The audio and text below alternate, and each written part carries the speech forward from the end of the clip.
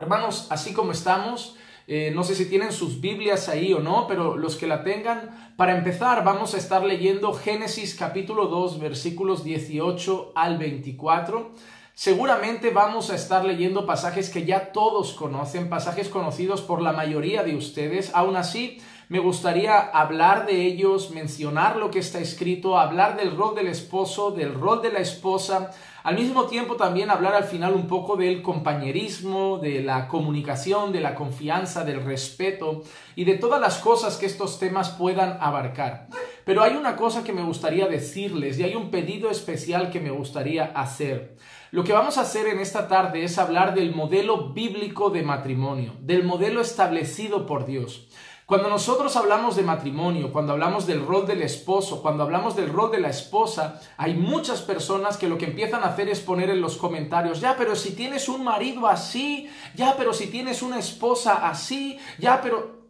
¿Saben qué pasa? No vamos a tratar cada caso en particular, no vamos a tratar cada situación en particular, vamos a tratar lo que Dios dice en su palabra, vamos a decir lo que Dios dice del matrimonio, vamos a decir lo que Dios dice del esposo y vamos a decir lo que Dios dice de la esposa. Y después de ello, cada uno con su conciencia analice su matrimonio y determine cómo quiera vivirlo, cómo quiera obedecer esta palabra y cómo quiera cumplir esta palabra. Pero les digo una cosa, si lo único que van a hacer mientras hablamos del matrimonio es recriminar que el otro no hace su parte, es decir, si cuando hablemos de esposos y de esposas lo único que van a hacer es, pero es que mi esposo es así, yo no me someto a mi marido porque mi marido no me ama como Cristo amó a la iglesia, y yo no amo a mi esposa como Cristo amó a la iglesia porque mi mujer no se sujeta a mí.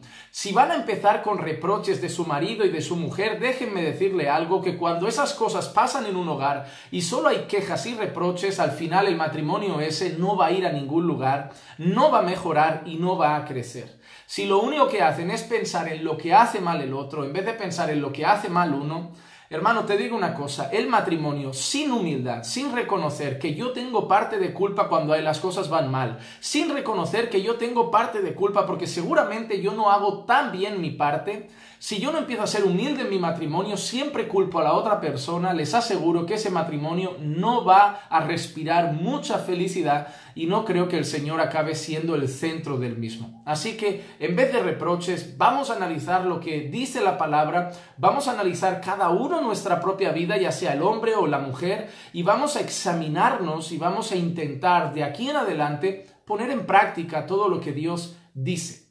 Vamos entonces a nuestro texto principal, luego pasaremos a otros, pero para abrir este tiempo de hoy vamos a ir a Génesis capítulo 2, versículo 18 al versículo 24, y dice así la palabra de Dios.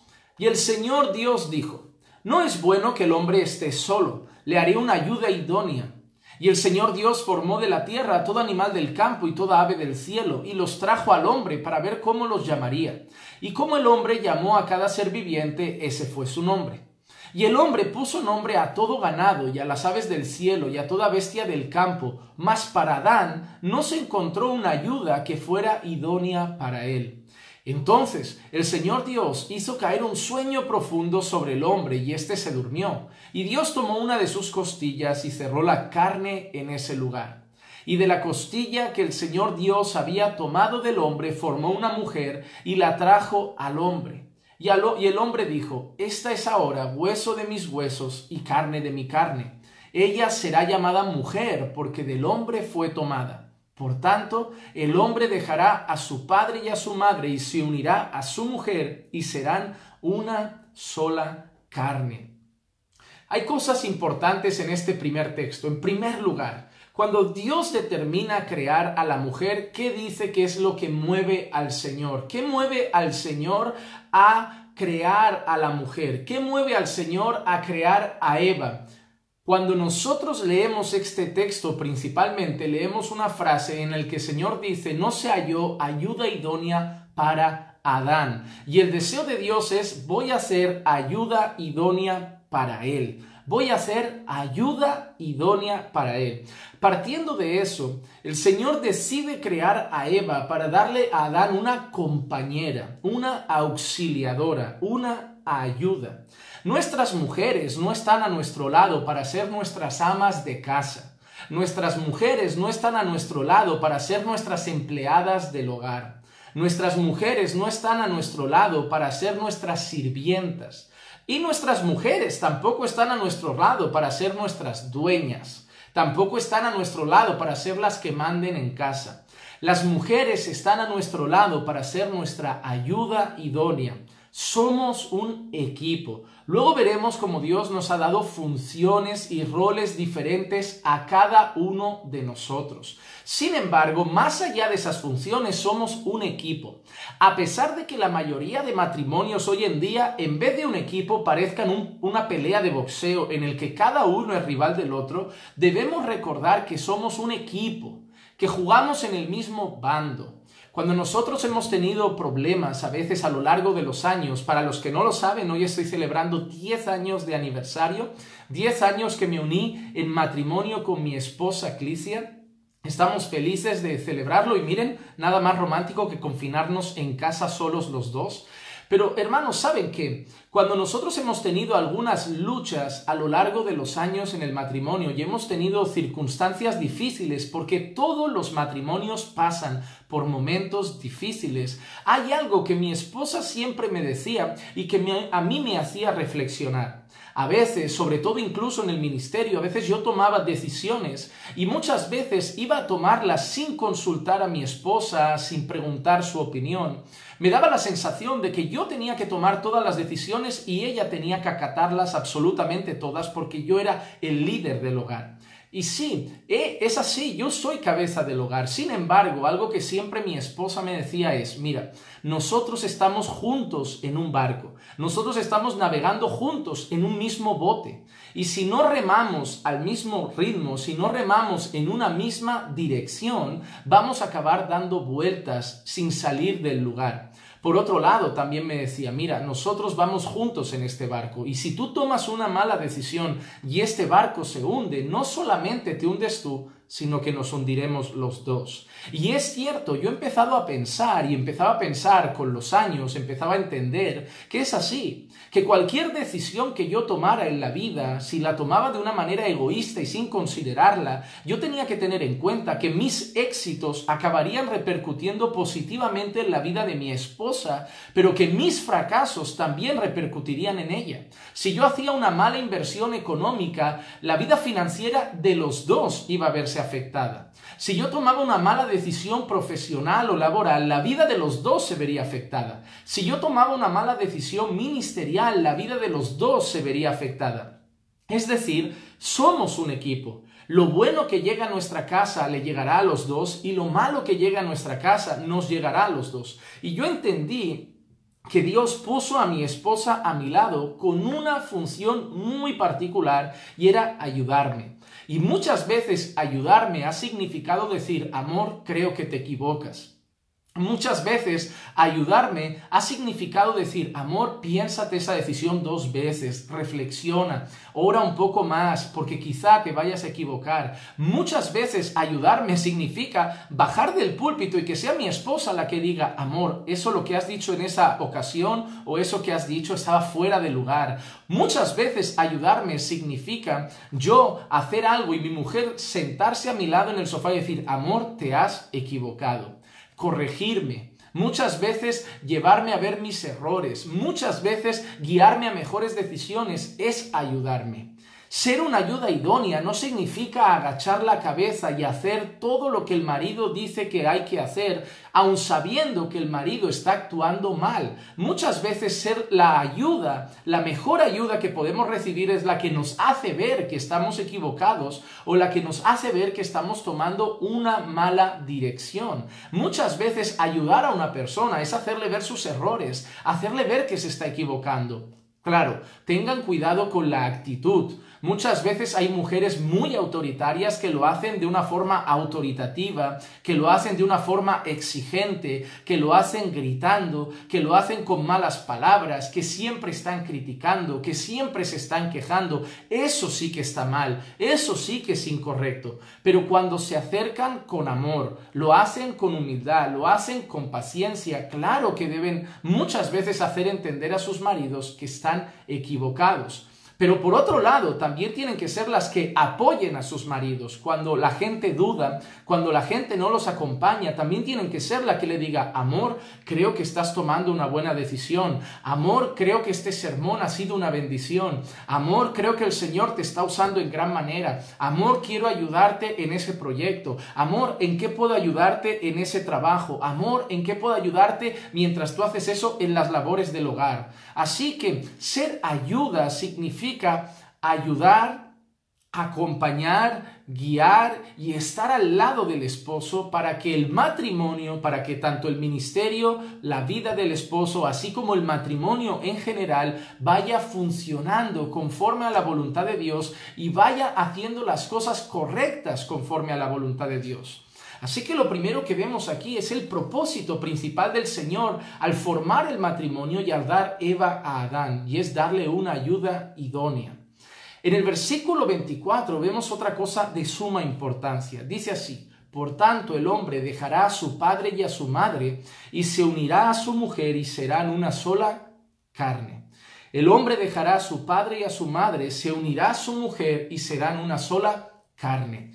Una de las cosas que más cuesta asimilar, una de las cosas que más a veces cuesta hacer en el matrimonio, una de las cosas que a muchas personas más les cuesta emprender es el hecho de, como decimos aquí, cortar el cordón umbilical.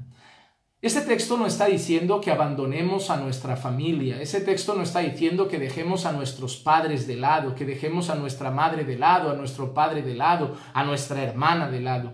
Ese texto no está diciendo que abandonemos la que había sido nuestra familia y el que había sido nuestro hogar, nos olvidemos de ellos y ahora nos encerremos en casa con nuestra mujer y solamente con ella. No está diciendo eso.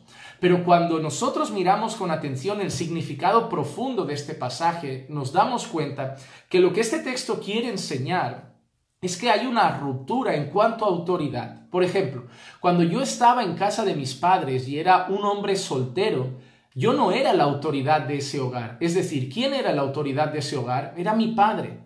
Yo debía obedecer a mi padre y a mi madre. Yo debía honrar a mi padre y a mi madre. Y yo debía someterme a su autoridad, someterme a las normas de ese hogar, someterme a las normas de esa casa, someterme a las directrices de mi familia como un hijo obediente y prudente. En el momento que yo me caso, mis padres, yo tengo que seguir honrándolos, yo tengo que seguir respetándolos, yo tengo que seguir amándolos, pero ahora yo ya no soy ese hijo que tiene que estar todo el día detrás de ellos obedeciendo sus propias decisiones o sus deseos, sino que ahora yo tengo mi propio hogar y yo soy cabeza de ese hogar, ahora yo soy la autoridad principal de ese hogar, siempre Cristo por encima, pero en esa familia formada por mi esposa y por mi persona, yo ahora soy la cabeza de ese hogar y ahora se ha roto esa forma de autoridad que había entre el padre y el hijo. Sí, el hijo lo tiene que seguir respetando,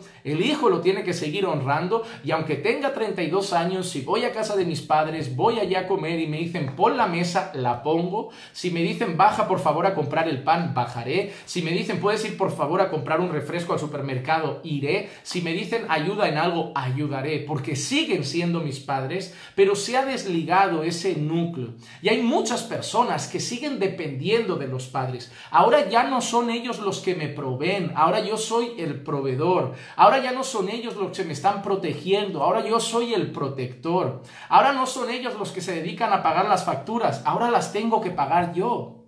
Y hay muchas personas que siguen dependientes de ese núcleo familiar. Hay muchos hombres y mujeres, pero sobre todo hombres, al menos lo vivimos aquí en España, que aun estando casados, en vez de consultar a su esposa, en vez de consultar en su matrimonio las decisiones, lo consultan todavía con su padre y con su madre. Y vemos que eso empieza a crear padres y madres, creo que en Latinoamérica lo llaman metiches, no sé, entrometidos, personas que se meten demasiado en el matrimonio y empiezan a llegar padres y madres, sobre todo aquí pasa con las madres, que empiezan a opinar sin parar, que empiezan a tomar decisiones, que empiezan a querer influenciar demasiado y eso no es posible. Mira, un consejo que te doy, corta ese lazo con tu familia, ámalos, respétalos, pero ayúdales a entender que tu casa es tu casa. Que las decisiones de tu casa las tomas tú y tu esposa. Que las decisiones de tu casa las tomáis en familia. Que las decisiones de tu casa las tomáis entre vosotros dos. Sí, puedes escuchar un consejo, pero marcaré los límites porque hay padres que quieren entrar dentro, que quieren influenciar en las decisiones. Esos padres que todo tienen un pero. No, he pensado comprar esa casa, sí, hijo, pero... He pensado en ese trabajo, sí, hijo, pero... Hemos pensado en mudarnos allá, sí, hijo, pero... No, no puede ser. Sois un hogar, sois una familia y las decisiones se tienen que tomar en el núcleo familiar. Como digo, es bueno pedir consejo, es bueno escuchar consejo, pero hay que cortar ese lazo, hay que cortarlo. Los padres tienen que entender que su hijo será siempre su hijo, pero ahora es el marido de otra mujer. Una cosa que no sé si pasa en Latinoamérica, pero aquí en España pasa muchísimo, y es que las madres parece que crían hijos y hijas para ellas. O crean hijos e hijas para su propia persona, para su propio deleite. Es más, eso es tan visible que muchas veces descuidan el matrimonio y se centran únicamente en los hijos. Como yo diré siempre, aquí en España... Muchas veces diré que los hijos son el becerro de oro de muchas familias. Todo gira en torno a los hijos. Y cuando el hijo se va de casa porque es ley de vida, porque se tiene que independizar, porque se tiene que casar, porque tiene que formar su propia familia, las madres muchas veces entran en depresión, lo llaman muchos psicólogos, que no estoy de acuerdo, lo llaman el síndrome del nido vacío. El síndrome del nido vacío. Pero hermano, eso es... ¿Qué pollo o qué ave cría los huevos para que se queden en el nido? No, no, no. Hay que incubarlos y en cuanto salen del cascarón, enseñarles a volar. Y eso es lo que deben hacer las madres, madres del planeta, padres del planeta. Les pido por el amor del Señor, críen sus hijos para que se vayan de casa. Críen sus hijos para que se marchen de casa.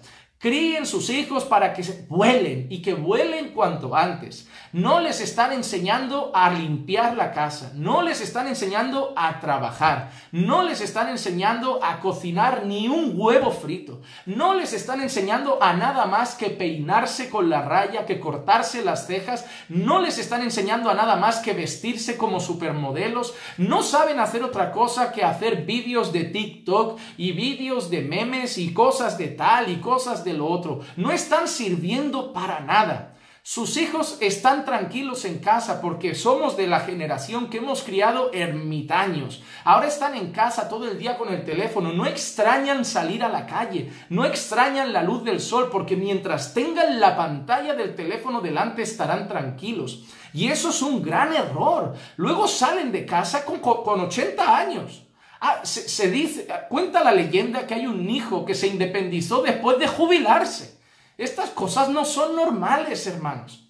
Antiguamente uno se casaba con 18, con 20 años, ya sabía cocinar, ya era un hombre derecho, ya era una mujer derecha, ya sabían mantener la casa y iban creciendo juntos, pero sabían sobrevivir. Hoy salen con 30 años y viven comprando comida envasada que se hacen en microondas porque no saben cocinar. Y tienen que contratar una empleada del hogar porque no saben planchar una camisa. Entonces, hay que prepararse para cortar ese lazo. Y por eso muchas personas no saben cortarlo, porque se les ha criado con dependencia del hogar, mamadependientes y papadependientes. Pero eso no es así. Dejará el hombre a su padre y a su madre. Así que, hermana, déjeme darle la trágica noticia. Espero que su hijo la deje pronto. Encuentre una mujer de Dios, se case y la deje pronto. Y la vaya a ver una vez a la semana o cada 15 días y le mande un WhatsApp de buenos días y ya. Y la llame cada 2 o 3 días y usted va a tener que sobrevivir y va a tener que ser feliz en el Señor porque su hijo estará haciendo su vida. Y así debe ser, a no ser que usted esté enferma y necesite cuidados especiales, que ahí su hijo, obviamente, junto a su nuera, van a tener que cuidarlo. Pero ese núcleo se tiene que romper. Como digo, no es deshonrarlos, no es desobedecerlos, pero hay que romper ese cordón umbilical. ¿Y qué pasa cuando se rompe eso? Se une a su mujer y se hacen una sola carne. Una sola carne. No solo dejas tu antiguo parentesco allí, ese núcleo de autoridad, sino que ahora te unes a tu mujer y te haces una sola carne. Y hermano, muchas veces piensan en un sentido físico en esa frase, pero eso es una manera muy pobre de verlo. Está hablando de un sentido mucho más profundo, un sentido espiritual, un sentido emocional, un sentido físico. En todos los aspectos somos uno solo, unidos hasta tal punto que cuando Dios mira a la tierra nos ve como uno, somos un equipo, una unidad. Una unidad, ese es el deseo de Dios, esa unidad emocional, espiritual, física, perfecta, que empieza en el matrimonio y termina hasta que la muerte los separe. Hablando de este texto base, yo quiero, antes de hablar del siguiente, todo el mundo conoce el que vamos a seguir ahora, que es Efesios. El texto de Efesios que habla del esposo y de la esposa. Ya hemos hablado de la formación del matrimonio, pero quiero decir algo antes. Este aviso para los que tienen pareja que no es creyente. Segunda de Corintios capítulo 6, versículos 14 y 15. Ayer ya tocamos un poco el tema. Pero quiero remarcarlo. Dice así, 2 de Corintios capítulo 6, versículo 14 y 15. No estéis unidos en yugo desigual con los incrédulos, pues, ¿qué asociación tienen la justicia y la iniquidad? ¿O qué comunión la luz con las tinieblas? ¿O qué armonía tiene Cristo con Belial? ¿O qué tienen en común un creyente con un incrédulo? Mira la palabra de Pablo, empieza diciendo, no os unáis en yugo desigual con los incrédulos. Y termina haciendo unas preguntas, y la última pregunta de Pablo es, ¿qué tienen en común el creyente y el incrédulo? Yo te digo a ti una cosa. Tú que quieres salir con un incrédulo, tú que tienes un noviecito o una noviecita incrédulo o incrédula, ¿qué ganas teniendo ese novio o esa novia? Yo te hablo de si miras las cosas espiritualmente. Si la miras como el mundo, tú me dirás, es simpático, agradable, trabajador, educado, responsable, me ama, me cuida y es romántico. Perfecto. Pero tú no eres solo un pedazo de carne con emociones, tú eres un ser espiritual, porque creo que estamos hablando con creyentes. Y como creyentes, el romanticismo no lo es todo. El respeto no lo es todo. Todas esas cosas son importantes, pero como creyentes buscamos algo más en nuestro matrimonio. Tú, ¿qué buscas en un incrédulo? Déjame hacerte una pregunta. Cuando vayas a criar a tus hijos con un incrédulo, ¿le vais a hablar de creación o de evolución? Tú le vas a decir que Dios nos creó y él le va a decir el qué. Le va a decir que venimos del mono, que su abuela era un chimpancé. Muy bien, ya la creación de los hijos se pone tensa. Cuando los hijos crezcan y quieran tener algunas costumbres y prácticas, tú querrás que los hijos vayan a la iglesia y él te dirá, no, yo quiero que mi hijo tome su propia decisión y no quiero obligarlo a ir a la iglesia. Complicado también. ¿Qué vas a hacer por las noches cuando quieras orar? Cuando veas que al lado hay una persona que solo quiere dormir y ora sola o solo. Cuando vayas a la iglesia y veas esas familias juntas adorando al Señor y tú mires al lado y estés adorando al Señor sola o solo. Cuando quieras levantarte en tu casa y poner alabanzas al Señor y solo las cantes sola o solo. Cuando quieras obedecer al Señor en todo, pero solo quieras obedecerlo tú sola o solo. Porque no hay nada en común entre el incrédulo y el creyente. No tenemos nada en común y por eso el Señor pone esa barrera. El yugo desigual es pecado. Y si te has enamorado de un incrédulo, si estás enamorado hasta las cejas de un incrédulo, déjame decirte una cosa. Ayer alguna persona persona dijo, ¿y si se convierte? ¿Y si se convierte? ¿Y si se convierte? Pues cuando se convierta empiezas la relación, pero la empiezas con un creyente, no la empiezas con un incrédulo. Porque cuando tu hija venga con un drogadicto y te diga, mamá, me he enamorado del drogadicto, no, hija, pero, y te va a decir, ¿y si deja las drogas? ¿Y si deja las drogas? ¿Y si deja las drogas? Pues tú hasta que no veas ese drogadicto reformado, no vas a querer que tu hija ande con él. Cuando tu hijo llegue con una prostituta y te diga, mamá, me enamoré de una prostituta y yo he visto la película de Pretty Woman y es preciosa, mamá, es un peliculón y me va a pasar eso, se va a enamorar de mí y la voy a sacar de la prostitución, y tus ojos se van a poner blancos como platos y te vas a decir, no, hijo, no, y te va a decir, no, mamá, pero yo haré que deje la prostitución, yo haré que deje la prostitución, yo haré que deje la prostitución. Pues es lo mismo con un incrédulo. Si se convierte, si se enamora del Señor, si se apasiona por Dios, si da testimonio público de su fe con su bautismo, si muestra claramente que es un creyente, entonces si quieres sí, empieza una relación para casarte con él, pero no la empieces siendo un incrédulo, vas contra la voluntad de Dios. Y te digo que para un caso que el incrédulo se acaba convirtiendo, hay miles de casos de personas que acaban viviendo una fe pobre, que apenas van a la iglesia. Te contaría y te dejaría que mujeres te contaran el testimonio y hombres te contaran el testimonio de la vida espiritual triste y pobre que llevan ahora por haberse unido con un incrédulo, de la vida espiritual vacía que llevan ahora, de cómo muchas veces ni siquiera pueden ir a la iglesia, de cómo tienen problemas y luchas difíciles para servir al Señor por haberse unido con un incrédulo o en una incrédula, y hasta el punto de muchas veces abandonar la fe. Así que yo no soy nadie para decidir en tus relaciones, pero la Biblia es nuestra autoridad suprema,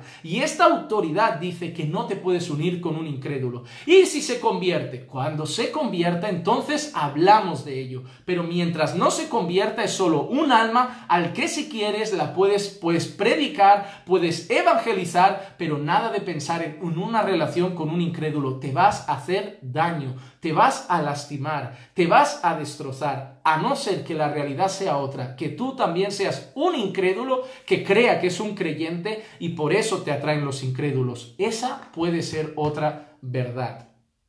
Pero hemos hablado del matrimonio y hemos hablado de la necesidad de casarnos con un creyente, Una vez nos casamos con un creyente, ya hemos encontrado a esa persona, somos felices al lado de nuestro marido y nuestra mujer, de nuestro siervo y sierva del Señor. Ahora llegamos a la casa y empiezan las tormentas, porque aunque te cases con un creyente, seguimos siendo seres pecadores, redimidos por la gracia de Dios, que estamos luchando con nuestra carne y estamos creciendo en santificación, pero tenemos malos días, tenemos malos momentos, días de estrés, perdemos seres queridos, momentos que nos sobrepasan y solemos pagarlo todo en casa, solemos pagarlo todo en el hogar, así que hay luchas y problemas. Esa es otra cosa que te garantizo. Tengo problemas, da igual, el matrimonio tiene luchas, pero con la ayuda de Dios se superan. Pero ahora sí, estamos viviendo felices nuestro matrimonio, deseosos de ser un matrimonio bíblico. Señor, ya te he obedecido, he huido de la fornicación, he esperado hasta el matrimonio, ahora me he casado y he elegido un creyente para no caer en yugo desigual. Voy a luchar por romper ese núcleo, cortar ese cordón umbilical y ahora unirme a mi mujer y ser una sola carne. Y ahora entramos en casa y el Señor nos da una carta, otra palabra y nos dice, pues así quiero que viváis, así quiero que sea el esposo y así quiero que sea la esposa. Y ahora el Señor a través de Pablo en su carta a los Efesios capítulo 5 versículos 21 al 33 nos da unas indicaciones de cómo debe ser el esposo y de cómo debe ser la esposa. Y tú que te has casado con un incrédulo, déjame decirte que tu parte es la única que se va a poder hacer, porque el incrédulo no cree en esto, el incrédulo no cree en su parte, el incrédulo no va a querer vivir su parte, así que por eso va a ser muy difícil. Pero si te has casado con un creyente, de verdad creyente, porque no es lo mismo creyente que vaya a la iglesia, hay mucha gente que se casa con gente que va a la iglesia, pero no se aseguró de que esa persona era verdaderamente creyente. Yo siempre le doy un consejo a los jóvenes: no te cases con una chica que va a la iglesia, o no te cases con un chico que va a la iglesia. Cásate con un chico o una chica que sea creyente de verdad, porque sabemos que en la iglesia hay trigo y hay cizaña, sabemos que hay oveja y alguna que otra cabra. Entonces, si ves a una muchacha, asegúrate de que es creyente, que obedece al Señor, que ama a su iglesia, que honra a sus padres, que busca crecer en santidad, que es una mujer de oración, que ama estudiar la palabra, que ama congregar con regularidad, que respeta a sus pastores. Y si tú ves un chico, no te enamores del guapetón del grupo de alabanza moderno que va allí y es un artista. Busca un chico que sea un joven que obedece a sus padres y que los honra, que ama al Señor, que es un chico de oración, que quiere crecer en el ministerio. Incluso te recomiendo, busca aquellos que se pegan a hombres adultos, que quieren aprender de los hombres, crecer como un hombre. Eso es lo que tienes que mirar. No que vayan a la iglesia, porque hoy hay mucha gente que va a las reuniones de jóvenes y a la iglesia como si fuera eso una página de citas, y bueno, el único requisito para casarnos es que vayan a la iglesia. No, es que sean creyentes, así que ojo a la hora de elegir. Pero nos hemos casado con un creyente y ahora tenemos nuestras responsabilidades. Efesios capítulo 5, versículos 21 al 33 dice así: someteos unos a otros en el temor de Dios. Y ahora empieza a hablar de las mujeres. Señoras, vamos a empezar, hermanas, por ustedes. Y no se enfaden y no empiecen a comentar: y el hombre, y el hombre, y el hombre. Ahora llegaremos, ¿vale? Pero el Señor ha querido así. El orden lo ha establecido el Señor. Versículo 22. Las casadas estén sujetas a sus propios maridos como al Señor. Las casadas estén sujetas a sus propios maridos como al Señor. El Señor pide que te sujetes a tu esposo y que lo hagas como al Señor. ¿Por qué dice eso el Señor? Para que hagas la comparativa. De la misma manera que buscas honrar al Señor, de la misma manera que buscas obedecer al Señor, de la misma manera, dice aquí, las casadas estén sujetas a sus propios maridos como al Señor. ¿Y por qué dice el Señor eso? Versículo 23. Porque el marido es cabeza de la mujer, así como Cristo es la cabeza de la iglesia, la cual es su cuerpo y Él es su Salvador. Así que como la iglesia está sujeta a Cristo, así también las casadas lo estén a sus maridos, y añade en todo. Lo añade en todo. Así que, hermana, la indicación de Pablo para ti en el matrimonio es: hermana, debes estar sujeta a tu esposo como al Señor en todo, así como la iglesia debe estar sujeta a Cristo. Y no empieces, por favor, con lo de: es que es bruto, es que es así, es que no me da atención. Mira, seguramente vas a encontrar 1000 motivos en tu marido para no hacer tu parte. Pero si yo hablara con tu marido, seguramente tu marido va a encontrar 1000 motivos para no hacer la de él. Pero ¿sabes lo que yo estuve pensando un día? Un día estaba orando y estaba meditando y pensaba en el día en que estuviera cara a cara con el Señor. Y yo no creo que el Señor le valgan mis justificaciones. Te doy un ejemplo. Señor, yo no amé a mi esposa porque ella era autoritaria. Señor, yo no cuidé a mis hijos porque ellos eran rebeldes. Señor, yo no quise amar a mi prójimo porque me trataban mal. Señor, yo no quise evangelizar porque me caían mal las personas. Señor, yo no creo que al Señor le valgan excusas. Y yo podría encontrar 1000 excusas para hacer un montón de cosas, desobedecer la ley de Dios y decir: yo no lo hago por esto. Y esto es lo que funciona desde Génesis. Cuando Dios va a retar a Adán y Eva, uno empieza a pasar la pelota al lado. Adán, ¿qué has hecho? Ha sido la mujer que tú me has dado. Eva, ¿qué has hecho? Ha sido la serpiente que me ha tentado. Serpiente, ¿qué has hecho? Y la serpiente así, mirando para todos lados, diciendo: yo como no le eché la culpa al tronco, ya no tengo nada más que hacer. Entonces, ¿sabes qué? Esto no se trata de si a ti te hacen su parte, entonces tú harás la tuya. Se trata de hacer nuestra parte, aunque sea difícil. Se trata de hacer nuestra parte, aunque nos cueste. Se trata de hacer nuestra parte, aunque nos duela. ¿Te has dado cuenta que servir a Cristo significa negarse a uno mismo? Significa tomar nuestra cruz cada día y seguir a Jesús. Entonces, muchas veces en el matrimonio debemos obedecer los mandatos de Dios, aunque sea muy complicado, aunque sea muy difícil. Y te digo, qué gloria le da al Señor una mujer que tiene un marido difícil y aún así está comprometida en obedecer al Señor. Qué gloria le da al Señor una mujer que tiene un marido complicado y aún así ella lo trata con amor, lo trata con respeto, lo trata con honra, lo trata con dignidad. Él a lo mejor no le da atención, él a lo mejor no le hace caso y ella va con lágrimas al Señor diciendo: Señor, tú eres mi gozo. Y yo desearía que mi esposo hiciera las cosas mejor, pero yo voy a ser una mujer de Dios, porque lo voy a hacer por ti, no por él. Hermana, que lo que te motive a ser una buena esposa no sea si tu esposo es bueno. Que lo que te motive a ser una buena esposa sea tu Dios, que es maravilloso.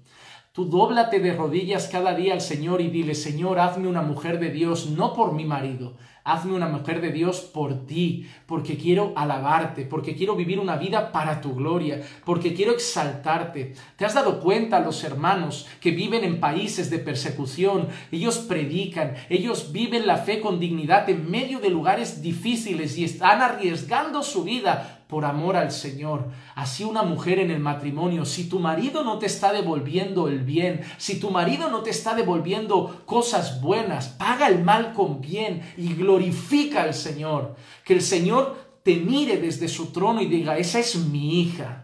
Esa es mi hija que me obedece en lo bueno y que me obedece en lo malo. Esa es mi hija que honra a su marido en los días fáciles y en los difíciles. Esa es mi hija que respeta a su marido en los días fáciles y en los días difíciles. Porque es muy fácil someterse al marido cuando él siempre lo hace bien. Pero lo que es complicado es someterse al marido cuando él hace las cosas mal, cuando él tiene un mal día, cuando él está enfadado, cuando él no nos está dando cariño. Ahí es difícil, pero es ahí donde el Señor va a ser tu fortaleza y lo vas a glorificar. Hermana, yo te animo a no esperar que tu marido haga todos los cambios, sino a obedecer al Señor, a amar al Señor y a sujetarte a tu marido por amor a Cristo, por amor a Cristo. Claro, si tú me dices que tu marido te está pegando, que me dices que tu marido te maltrata, bueno, yo ahí ya voy a ser tajante. Claro que no te voy a decir que te sujetes a un marido maltratador. Es más, en el país en el que yo vivo, en España, si tu marido te maltrata directamente, yo te diría: ve a las autoridades y pon una denuncia.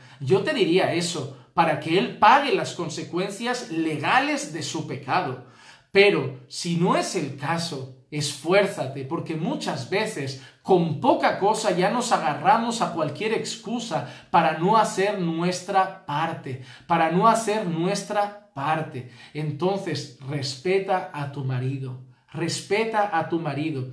Y te voy a decir, he visto muchos ejemplos, he conocido testimonio de muchas mujeres que por ellas hacer su parte, al final su esposo empezó a cambiar. Al final su esposo empezó a doblarse ante Dios. Así que mantente firme. No abandones, no renuncies y sujétate a tu esposo por amor al Señor. Pero ojo, sujetarte a tu esposo no es ser una esclava. Sujetarte a tu esposo no es estar callada todo el tiempo. Sujetarte a un esposo no es no opinar nunca. Sujetarte a un esposo no significa ver que toma malas decisiones y no hacer nada. Sujetarte a un esposo no es ver que está destrozando tu casa y quedarte quieta. No, eso no es sujetarte a un esposo. Sujetarse a su esposo es honrarlo, es respetarlo, es amarlo, es darle la dignidad que el Señor le ha dado como siervo y como cabeza del hogar. Eso es sujetarse a un esposo,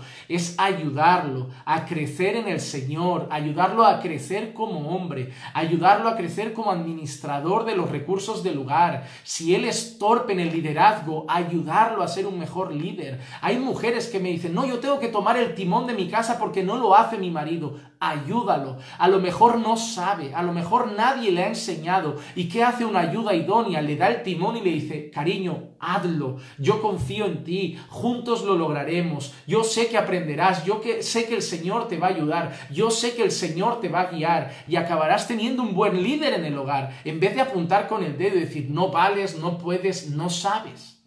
Así que esa es vuestra parte, mujeres. Y habrá momentos difíciles, pero el Señor va a ser glorificado cuando en momentos como ese, pues tú obedezcas al Señor. Vamos a la parte nuestra, a los hombres. Versículo 25. Maridos, amad a vuestras mujeres, así como Cristo amó a la iglesia y se entregó a sí mismo por ella, para santificarla, habiéndola purificado en el lavamiento del agua por la palabra, a fin de presentársela a sí mismo una iglesia gloriosa, que no tuviese mancha ni arruga ni cosa semejante, sino que fuese santa y sin mancha. Así también los maridos deben amar a sus mujeres como a sus mismos cuerpos. El que ama a su mujer, a sí mismo se ama, porque nadie aborreció jamás a su propia carne, sino que la sustenta y la cuida, como Cristo a la iglesia, porque somos miembros de un cuerpo, de su carne y de sus huesos. Por tanto, repite, por eso dejará el hombre a su padre y a su madre y se unirá a su mujer y los dos serán una sola carne. Grande es este misterio, mas yo digo esto de Cristo y de la iglesia. Por lo demás, cada uno de vosotros ame también a su mujer como a sí mismo y la mujer respete a su marido. Parece muy fácil, ¿verdad? Parece muy fácil lo que el Señor le dice a los hombres. Una vez una mujer dijo, es que el Señor le ha puesto la parte más difícil a la mujer. Le ha puesto a la mujer la parte de sujetarse al marido y al marido le ha puesto la parte simplemente de amar a la mujer. Y yo le dije, lee el texto otra vez. Lo vuelve a leer y dice, no, pastor, es verdad. La parte difícil es de la mujer porque se debe someter en todo al marido como la iglesia a Cristo. Como se tiene que someter al marido como al Señor en todo. Y al marido le dice que solo debe amar a la esposa. Solo le pide que la ame. Yo le digo, léelo otra vez. Ahí vuelve a leer y le digo, léelo despacio. ¿Cómo debe amar el hombre a la mujer? ¿Cómo debe amar el marido a la mujer? Y ahí es cuando empieza a leer y dice, que la ame como Cristo amó a la iglesia, que se dio a sí mismo por ella para santificarla. ¿De verdad crees que la parte difícil es sujetarse? ¿Crees que la parte difícil es ser respetuosa y obediente al esposo? ¿Has visto el amor que le pide Dios al hombre para con la esposa? Ámala como Cristo amó a la iglesia. Y hay dos palabras que son clave. Que se entregó a sí mismo por ella para santificarla. Dos cosas te quiero decir. El amor que debemos tener los hombres por nuestras esposas es de entrega. De entrega completa y total. Un hombre debe ser entregado al bienestar de su esposa. Un hombre debe ser entregado a la felicidad de su esposa. Un hombre debe ser entregado al cuidado de su esposa. Un hombre debe ser entregado a la realización personal de su esposa. Un hombre debe servir a su esposa, amar a su esposa, proteger a su esposa, sustentar a su esposa, cuidar a su esposa y aunque nos cueste, mimar a su esposa, ser cariñoso con su esposa, acariciar a su esposa, decir cosas bonitas a su esposa, aunque nos cueste, porque debemos entregarnos por ellas. Nos debemos entregar por amor a ellas. No es fácil. Es llegar cansado después de 10 horas del trabajo y que tengas una esposa que tiene muchísimas ganas de hablar y tengas que sentarte 2 horas a escuchar cómo le fue el día. Y te encantaría que fuera un hombre que le preguntaras qué tal y te dijera todo bien, pero es tu esposa y te va a decir todo bien. No, me levanté a las 8, A las 8:05 hice un café, a las 8:15 hice un tiempo de oración, a las 9:15 hice un tiempo de devocional, a las 10:15 empecé a leer un libro y a las 11 bajé a hacer la compra, a las 11:30 empecé a hacer el almuerzo, a las 2:30 fui a buscar a los niños, a la 1 les puse el almuerzo, a las 3 los llevé otra vez a la escuela y te va a contar detalladamente todo hasta llegar al final, a donde tú has llegado a ese sofá y te dijo, y encima al final te va a decir, y nadie me pregunta cómo estoy, y tú le vas a decir, después de 1 hora y media, le vas a decir, ¿y cómo estás? Y ella va a estar otra 1 hora y media a lo mejor diciéndote, pues no soy feliz, estoy triste, estoy agobiada, no sé qué hacer con mi vida, no me siento realizada, no sé qué hacer, no sé qué soñar, no sé qué quiere Dios para mí, hoy me siento vacía, hoy me siento apagada, hoy me siento desanimada. Y nadie se preocupa por mí. Y tú has estado 3 horas a lo mejor escuchando y al final va a decir, y nadie se preocupa por mí. ¿Y sabes qué vas a hacer? Nada. Vas a escuchar, le vas a poner la mano sobre el hombro, la vas a abrazar, le vas a dar un bonito beso en la mejilla y vas a dejar que se vaya a dormir porque mañana se le habrá pasado. Pero tu deber es estar ahí 3 horas y tú vas a decir, ya, pero 3 horas después de trabajar 10, sí. Y luego va a llegarte tu hijo. Y te va a decir, papá, ¿qué tal el trabajo? Y tú, reventado. Y después de haber hablado 3 horas con tu madre, estoy cansado. Y te va a decir, papá, pero hoy no has estado conmigo. ¿Y quién va a estar?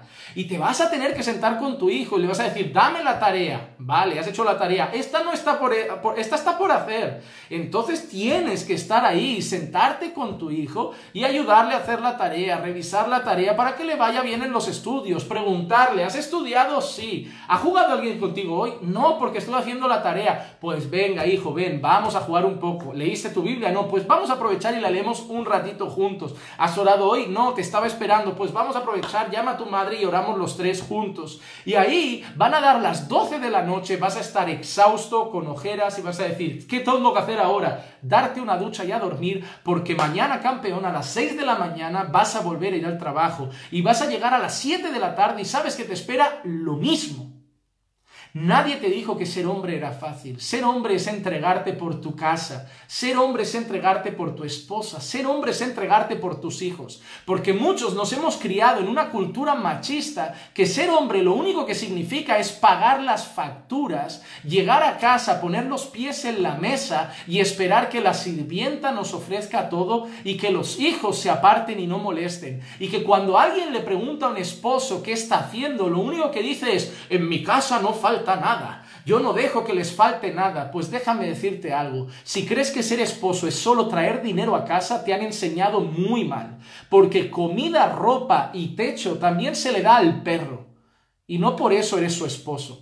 Ser esposo y padre es traer amistad, es traer compañerismo, es estar al lado de las personas, es preocuparte por ellas. Estás cansado, no importa, importa tu casa. Estás agotado, no importa, importa tu casa. Y si ese día tú no tienes ganas de hablar de tus sentimientos o no hay tiempo, lo primero son los de ellos. Estar casado significa que tu familia va antes que tú. Y que en primer lugar está el Señor. Estar casado, ser hombre, es complicado. Es entregarse a uno mismo por amor a los de su hogar. Ahora yo te hago una pregunta, hermana y hermano. Si tú te casas con un hombre que se esfuerza por ser así, no lo va a ser, porque yo ahora te he descrito un hombre que tú dices, ese es el hombre perfecto. No existe. No existe. Yo no lo soy. No conozco ninguno así, pero si es creyente, se va a esforzar por cambiar y por ser ese hombre día tras día. Tampoco existe la mujer que hemos descrito perfecta, entregada, respetuosa, amorosa, cuidadosa. Pero si son creyentes, son 2 personas imperfectas que toman esta palabra y que se van a esforzar por hacer su parte. Y ahora te digo, ¿será fácil la convivencia? Habrá días malos, pero siendo creyentes, será fácil sujetarse a ese marido que intenta hacer su parte y será fácil amar a esa mujer que intenta hacer su parte. Pero como te cases con un incrédulo, entonces está muy complicado. Pero no solo eso, hermanos, dice que se tiene que entregar por ella para santificarla, para santificarla. Hay una responsabilidad espiritual en el hogar. Maridos tienen la responsabilidad de cultivar la vida espiritual de sus esposas. Su esposa tiene que estar bien alimentada espiritualmente de la palabra, de buenos libros, de buen contenido, tiene que revisar qué escucha, tiene que revisar qué predicaciones ve, tiene que revisar si está creciendo en el Señor, si va mejorando en el Señor, si va desarrollándose espiritualmente. Es su deber santificarla para presentársela al Señor impoluta, impoluta. Amén. Ahora dicho esto, y ya son y 51, hoy me voy a extender unos 15 minutos más, hermano, para mí es algo muy importante, los que tengan que salir por trabajo o algo pueden salir, pero luego lo dejaré grabado o intentaré dejarlo grabado. Pero quiero leer unos pasajes rápidamente para apoyar todo lo que estamos diciendo. En primer lugar, quiero leer dos pasajes para los hombres. Primera de Pedro 3:7. Vosotros, maridos, igualmente vivid con ella sabiamente, dando honor a la mujer como a vaso más frágil. Sí, la Biblia no las llama el sexo débil, pero la Biblia las llama un vaso más frágil, y como a coherederas de la gracia de la vida, para que vuestras oraciones no tengan estorbo. ¡Qué tremenda palabra dice Pedro aquí, inspirado por el Espíritu Santo! Muchas veces las oraciones de un marido pueden ser estorbadas. El Señor puede incluso escucharnos orar y decir, ¿para qué oras? ¿Para qué me estás pidiendo si estás tratando como un animal a tu mujer? ¿Para qué vienes ahora a orar, a decir, Señor, ayúdame, ten misericordia, si estás tratando a tu mujer como un caballo desbocado? Entonces, debemos tratar a nuestras mujeres como vaso más frágil. Hermano, sé sutil con tu mujer. Hay una cosa que leí una vez, un artículo de un amigo, de un pastor conocido, que decía, el título del artículo era, no te has casado con un amigo. No te has casado con un amigo. Y es verdad, muchas veces los hombres parece que les encantaría que las mujeres fueran hombres. Hombres. No digo en lo físico, porque en lo físico les encanta que sean mujeres, pero hablo en el comportamiento. Les encantaría ser brutos con ellas y que no se enfadaran. Les encantaría gritarles y que no les afectaran. Un hombre llega y le dice, ¿qué pasa, feo? ¿Te estás poniendo gordo? ¿Cómo te estás poniendo? Y el hombre pasa de todo y hasta se ríe. Pero como llegue tu mujer y te pregunte, amor, ¿cómo me ves? Y le digas, te estás poniendo gordota, tu mujer, es decir, quizá entra en crisis. Es capaz de deprimirse durante unos días. Entonces, hay que tener mucho cuidado. Hay que tener mucho cuidado. No te has casado con un colega, no te has casado con otro hombre. Trátala con cuidado, como a un vaso más frágil. Ten cuidado lo que le dices. Ten cuidado el tono que usas. Miren, yo vengo de una casa gritona. Aquí en España tenemos una mala costumbre que yo tengo que quitarme día tras día. Y es que somos gritones. Sí, en el púlpito todavía se me da una pequeña licencia, pero es verdad, en nuestras casas muchas veces hablamos de una manera que una persona extranjera nos mira desde fuera y piensa que nos vamos a pegar. La gente puede mirar desde fuera y decir, no, en cualquier momento se matan, en cualquier momento se arrancan los ojos. Pero no es así, no estamos peleando, es nuestro tono, que es un poco así altito. Sin embargo, yo no puedo llegar a mi casa y decir, es que soy español y los españoles somos así. Primero, no todos. Yo digo que yo me crié en una casa así, pero he conocido muchas familias españolas que tienen esas formas, un poco fuertota. No todas, no generalizo, pero las que yo he conocido en su gran mayoría sí. Pero yo no puedo llegar y decir, es que yo soy así, a mí me han criado así, en mi casa era así. No, yo no puedo ir gritando a la gente porque en mi cultura se grita, o porque en mi casa se grita, o en mi pueblo se grita. Yo tengo que empezar a saber tratar a las personas. Entonces, trata a tu mujer bien, cuidado el tono, cuidado las palabras, no uses ironías. No hagas bromas pesadas con su físico, con su inteligencia. No la llames tonta, no la llames burra, bruta, estúpida. No la llames fea, no le digas que engorda. No, a ver, tampoco le digas que adelgaza, no mientas. Pero cuida lo que dices, son delicadas, son frágiles. Hay mujeres que te puedes sentar con ella, y no quiero hacer comedia del asunto, pero se van a reír a lo mejor al otro lado porque las hay. Hay mujeres que te sientas con ella y de golpe, un día cualquiera, en una conversación normal, te dicen, pero es que aquel día tú me hiciste ello. Y tú dices, ¿aquel día? ¿Cuándo hice yo aquello? Sí, en el 85, en 1985. Son sensibles y delicadas. Y solo los elefantes las ganan en cuanto a memoria. Nosotros somos al revés. Nosotros decimos algo y al día siguiente nos olvidamos. Por eso hay que tener cuidado. No te has casado con un amigo, no te has casado con un chico, te has casado con una mujer. Te has casado con una señorita, una señora, una chica. Tienes que tratarla como un vaso más frágil, así que cuídala. Atiende a sus necesidades. Y yo sé que no somos románticos, no somos románticos. Yo no lo soy, yo no soy ese hombre de flores, de cenas románticas en restaurantes, no lo soy. Me gusta escribir, eso sí, a veces me siento, escribo cosas, pero no lo soy, no lo soy. Y es algo que me duele porque mi mujer es súper romántica. Le encantan las películas románticas. ¿Saben que se ve en casa? ¿Se ven películas románticas? ¿O se ven comedias? ¿O comedias románticas? Pero todo gira en torno al romance. Y mi mujer, cada película que vemos te giras y está llorando. Llora con cada escena familiar, llora con cada escena romántica, llora con cada escena, llora y llora. Y yo soy lo más frío. Yo no soy romántico. Y a veces hay que esforzarse, hermanos, pasar por una floristería y coger una flor. Y óiganme, no compren flores solo cuando la han liado. No compren flores solo cuando se han equivocado. No compren flores solo cuando la han hecho mal. Yo tenía la mala costumbre de comprar flores para reconciliarnos cuando yo había hecho algo mal. Oh, hermano, no hagan eso, se enfadan más. Cuando tú traes la flor a tu mujer después de haberse enfadado, hermano, se enfada peor, es como echar alcohol al fuego. No, tú simplemente arrepiéntete y pide perdón. Pero si un día sales del trabajo, no tienes que esperar que sea el día de los enamorados y el día de su cumpleaños, un día cualquiera, pasa por tu trabajo, coge una flor, te va a costar 2 euros, llévasela a un detalle, compra una postal en el estanco o en una tienda, una papelería que te va a costar 1 euro y escribe simplemente te amo y casarme contigo fue lo mejor que hice en mi vida. No, hermano, eso alimenta el corazón de una esposa. Son cosas sencillas, no hace falta diamantes y joyas de oro. Son cosas sencillas, una vez cada 2 meses y ayuda. Y te lo digo yo que soy muy torpe, casi que hay que ponerse alarmas en el móvil para hacerlo. Pero hermano, cuídala como un vaso más frágil, más frágil.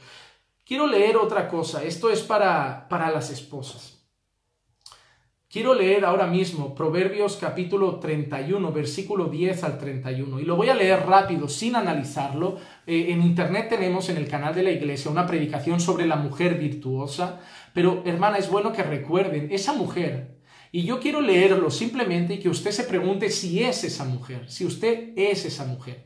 Proverbios 31, 10 al 31. Mujer virtuosa, ¿quién la hallará? Porque su estima sobrepasa largamente a la de las piedras preciosas. El corazón de su marido está en ella confiado y no carecerá de ganancias. Hermana, número 1, ¿tu marido está confiado en ti? O cuando quedas con las hermanas sabe que vas a hablar de él. O cuando quedas con el pastor sabe que vas a hablar de él a escondidas. Hermana, no hay nada más triste para mí como pastor que cuando las esposas vienen a hablar de sus esposos sin que él esté al lado. ¿Saben cómo se llama eso? Deshonrarlo. Si vas a criticar a tu esposo, si vas a hablar mal de tu esposo, ponlo al lado y tratarlo junto con el pastor, porque ir a hablar con tu amiga, con tu hermanita de la iglesia o con el pastor de tu esposo sin él estar presente es hablar mal de alguien. Aunque sea tu esposo, es hablar mal de alguien, es murmurar, es chisme y es hablar mal de tu esposo y es una deshonra. Así que si tienes algo contra tu esposo, dile, voy a hablar con el pastor, quiero que vengas, necesito ayuda, pero no lo difames a sus espaldas. Te pregunto, ¿tu esposo confía en ti? ¿El corazón de tu marido está en ti confiado? 12.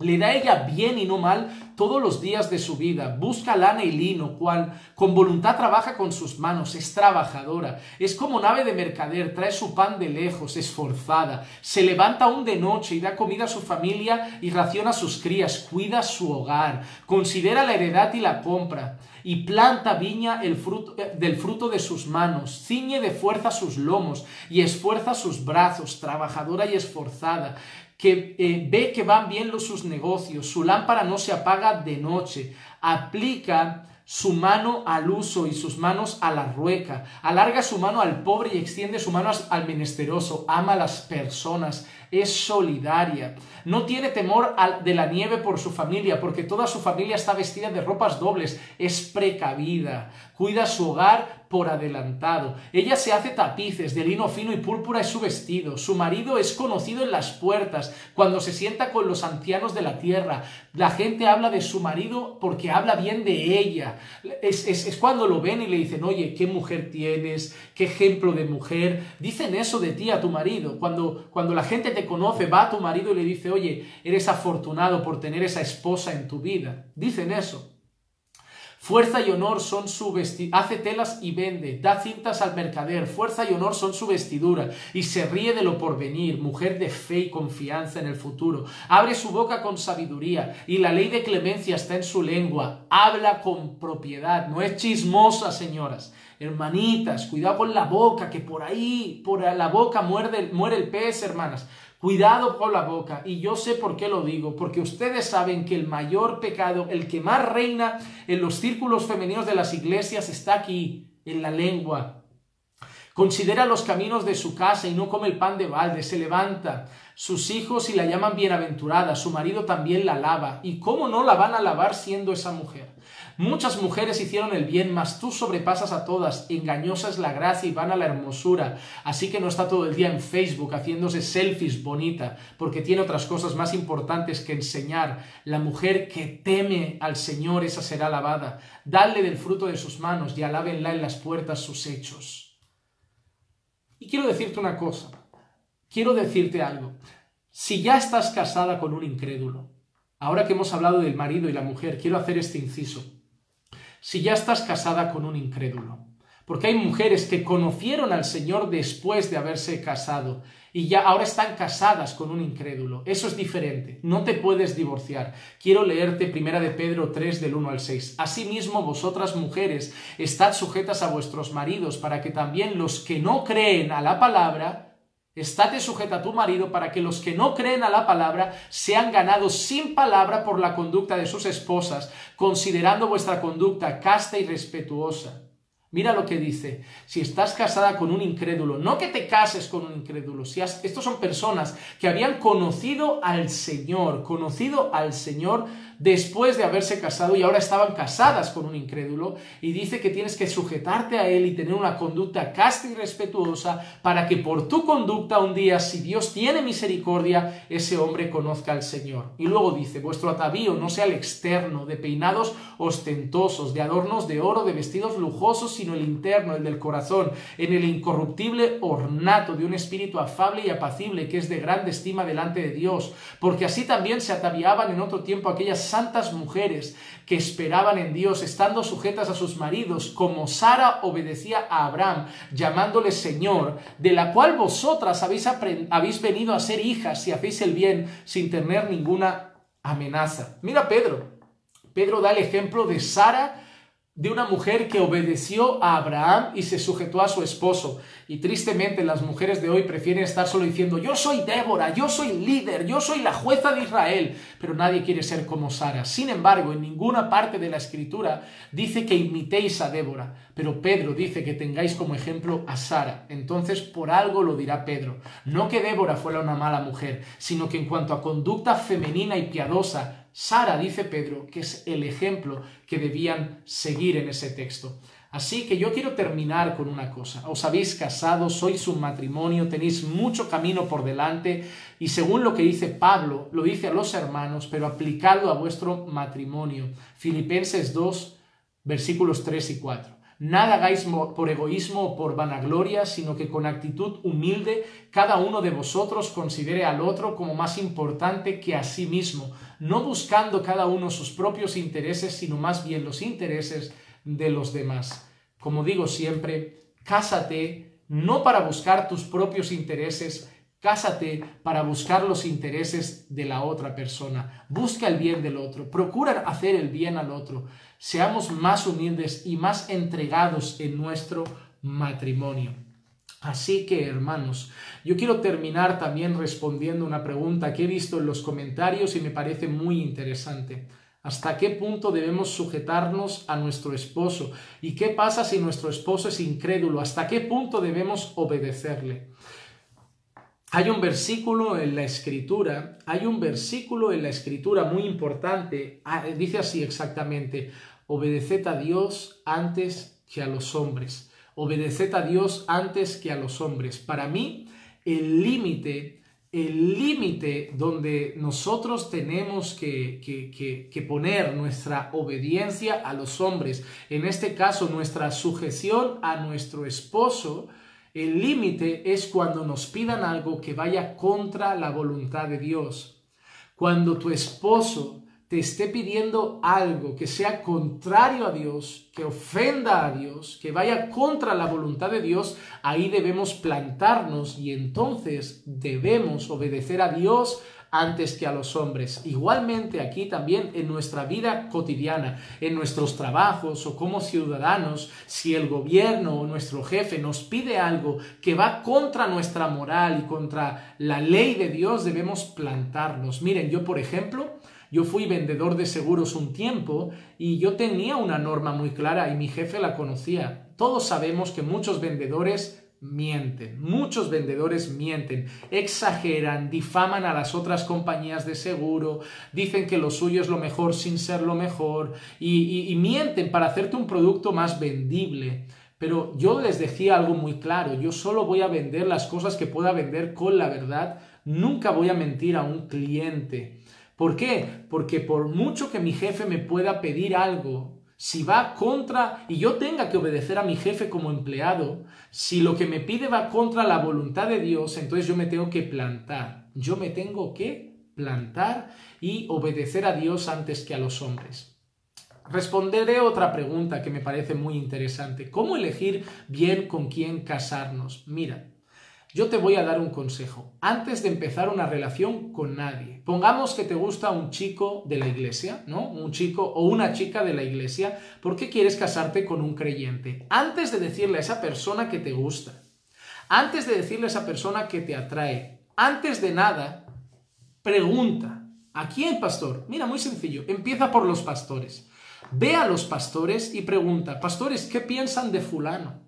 Pastores, ven a fulano para casarse. Pastores piensan, puedes decirle a tus pastores incluso, miren, en la intimidad, en confianza, quiero decirles que siento atracción por esa persona, estoy pensando en casarme un día y esa persona creo que podría gustarme y si es un siervo de Dios podríamos tener una relación buena. Pregúntale a tus pastores qué piensan de él, si bueno, a pesar de los defectos, es un joven que teme al Señor y que ama al Señor y que busca al Señor. Por otro lado, pregunta a su familia, pregunta a sus padres, pregunta a su padre y a su madre, pregunta a la gente que lo conoce. Busca información, investiga, no te dejes llevar por palabras, esto no es el mundo, donde vamos coqueteando, enviándonos WhatsApp a las 12 de la noche, hablando con la hermanita a la 1 de la madrugada, diciéndole por la mañana, buenos días hermanita, por la noche, buenas noches hermanita. ¿Dónde vas? ¿Qué relación es esa? ¿Qué es eso? ¿Qué coqueteo es ese innecesario? Mirándose de lejos, furtivamente, entre las filas de la iglesia, llegando al culto y solamente parecer un suricato por la iglesia, a ver si la hermanita llega o el hermanito llega. No seáis carnales, porque os vais a destrozar, mañana os vais a casar, y ¿saben qué va a pasar? Que en un mes vais a querer divorciaros, porque habéis elegido carnalmente vuestra relación, estáis actuando movidos de una manera no espiritual. Preguntad a los pastores, preguntad a las personas más maduras que los puedan conocer, preguntad a sus padres, investigad en cosas espirituales y luego tomar vuestra decisión. Así que, hermanos, deseo que les vaya bien en sus matrimonios, deseo que empiecen bien sus matrimonios, no corran para casarse, prepárense, busquen consejo. Grábense esta frase en el corazón, mejor estar soltero que mal casado. Y si están casados hasta que la muerte los separe, hermanos, luchen por hacer su parte, a pesar de que la otra parte no esté haciendo la suya. Oren y busquen al Señor, confíen que un día el Señor toque su corazón, pero no sean enemigos, no sean rivales, no lo sean. Cuídense en eso, cuídense en eso. Una hermana está preguntando si es correcto que una mujer corteje a un hombre. Miren, esos son los avances de nuestro tiempo. Los avances de nuestro tiempo es donde las mujeres cada vez están tomando más y más la delantera. Pero yo no creo que se vea bien. Por la conducta femenina, casta y piadosa que una mujer debería tener, yo no sé si se vería correcto que una mujer corteje a un hombre. Que una mujer corteje a un hombre. Yo considero que el hombre que es viril, que el hombre que es varonil, que el hombre que es hombre, la va a buscar, se va a interesar por ella, va a hablar con su padre, va a hablar con sus pastores, va a hacer las cosas correctas. Hermanos, siempre le digo una cosa a las personas. Las relaciones antiguas de pareja eran mucho más elegantes, mucho más bonitas, mucho más formales que las de ahora. Hoy hay madres que han abierto una carta en su casa y era la invitación de boda de sus hijos y ni sabían que el hijo tenía novia. Y estas cosas no son así, hermano. La mala costumbre de nuestro tiempo es que vivimos nuestras relaciones de pareja individuales. ¿Saben qué les digo yo a los jóvenes de la iglesia? Si no me has considerado en tu relación de noviazgo, tampoco me consideres cuando quieras hacer la boda. Si el día de mañana te quieres casar y dices, pastor, nos queremos casar, cásenos, y yo no he pintado nada en tu relación, yo no voy a hacer eso, porque vamos a hablar, vamos a orar y vamos a certificar una relación que ni siquiera sabemos si se ha llevado bien. No, las relaciones de pareja antiguamente envolvían a las familias, envolvían la iglesia, envolvían las personas de alrededor. Por eso todos llegaban felices a la boda, porque todos habían sido testigos de esa relación, los habían acompañado, los habían guiado, los habían ayudado. Los pastores y la familia los habían aconsejado en lo que se iban a encontrar, los habían preparado para el paso que iban a dar, y ese día de la boda era como la celebración final de todo eso. Hoy la gente vive las relaciones a su rollo, a su manera, y no creo que eso sea correcto. Hermanos, las citas iguales, cuiden a sus hijas y a sus hijos de estar en citas a solas con chicos, saben que son de carne, saben que están hormonando, si los dejan andar para arriba y para abajo, saben que van a empezar dándose un beso, y el beso no acaba en beso, van a empezar pecando, van a enfriarse en la fe, y van a acabar viendo a dos incrédulos casarse, o van a tener hijos fornicando, y cualquier día le llega a una embarazada. Hagan las cosas con precaución. Miren, mañana voy a estar publicando en Facebook una prédica en Facebook sobre consejos sobre el noviazgo. Les animo a verlos. Sean prudentes. Usted pensará, no, usted es muy antiguo, usted es muy viejo para eso, su mente es antigua. Piensa lo que quiera, pero por tener la mente muy abierta, muy moderna, los jóvenes están cayendo en fornicación. Chicas de iglesia están incluso abortando, chicas se están casando embarazadas, y eso es porque tenemos la mente muy modernita, y porque, no, que salgan solos, no pasa nada, que vayan por la noche al cine, no pasa nada, un beso, pastor, no pasa nada, la mano en el trasero, no pasa nada, no pasa nada, no pasa nada, niña embarazada. ¡Ay, pastor, que la niña se me quedó embarazada, hay que casarlo rápido para que la iglesia no se entere, para que... No, hermano. No tengan la mente demasiado abierta, porque la Biblia no tiene la mente abierta. La Biblia tiene la mente de Cristo. Así que tengamos cuidado en cómo manejamos las relaciones. ¿Ok? Así que, hermanos, dejamos aquí nuestra transmisión de hoy. Les pido que la puedan compartir. No sé si Facebook nos la va a dejar publicar normal. Espero que sí. Voy a intentar dejarla grabada, pero les pido que la puedan compartir por si hay problemas. Y nada, vamos a orar al Señor y agradecer por este precioso tiempo de hoy.